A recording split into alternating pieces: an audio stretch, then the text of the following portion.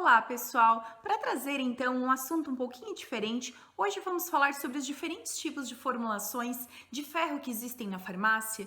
Tem tantas formulações com tantos tipos diferentes de ferro e muitas vezes a gente não sabe para que serve aquele determinado tipo de ferro, né? Na realidade, não para que ele serve, mas por que é utilizado aquele tipo de formulação diferente. Então, nós temos, por exemplo, sulfato ferroso, alguns ferros aminoquelados, nós temos ferro polimaltose. Então, em que caso e por que eu utilizo cada uma? Então, nós vamos começar uma sériezinha de vídeos e hoje eu vou falar um pouquinho sobre o sulfato ferroso.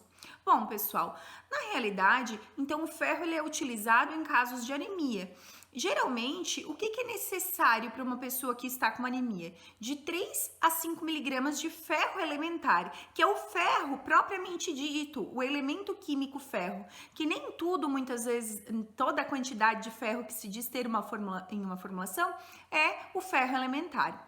Bom, as necessidades diárias de ferro elementar para o indivíduo que está com um processo de anemia são de 3 a 5 miligramas por quilo por dia. Então, o médico se embasa nisso principalmente para fazer o cálculo da necessidade daquele paciente para aquela condição na qual ele se apresenta. Gente, o que acontece? O sulfato ferroso, ele contém 20% de ferro elementar. É uma grande quantidade de ferro elementar que o sulfato ferroso possui. Além disso, o que acontece? O sulfato ferroso, ele é tanto absorvido por difusão passiva quanto por difusão ativa. Então, o que acontece? Quando o ferro é absorvido por difusão passiva, ele passa facilmente, ele é muito facilmente absorvido, porque no sulfato ferroso o ferro está livre, ele não está ligado a nada.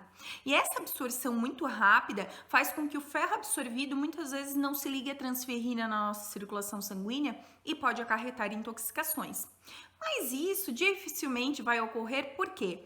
Porque o ferro, na forma de sulfato ferroso, ele é administrado após as refeições para diminuição dos efeitos colaterais. Porque quem já tomou um sulfato ferroso sabe os efeitos colaterais muitas vezes terríveis que ele pode acarretar, principalmente se não forem tomados após as refeições. Então, ele pode causar um desconforto abdominal, pode causar diarreia, pode causar flatulência, muitas vezes até enjoo. Por que isso acontece? Porque quando ele vai ser absorvido lá no intestino, ele pode causar uma oxidação no tecido do intestino, causando assim uma irritação e uma inflamação local que levam a esses efeitos colaterais que eu falei para vocês. Portanto, ele é uma ótima formulação sim para suplementação de ferro, mas devido a essa característica desses efeitos colaterais que ele pode acarretar, muitas vezes algumas pessoas não conseguem utilizar.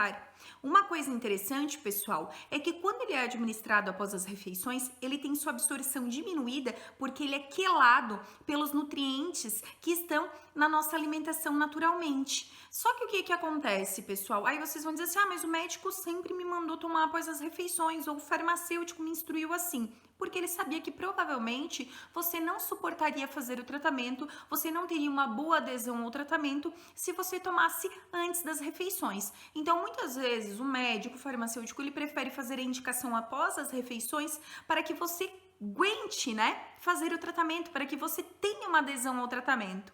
Então, por isso, geralmente, mesmo com a sua melhor absorção antes das refeições, ele não é administrado dessa forma, certo, pessoal? Então, espero que eu tenha conseguido contribuir de alguma forma. Nos próximos vídeos dessa série, nós traremos um pouquinho mais sobre as diferenças entre os tipos de ferros que nós temos aí no mercado. Muito obrigada e até mais, pessoal!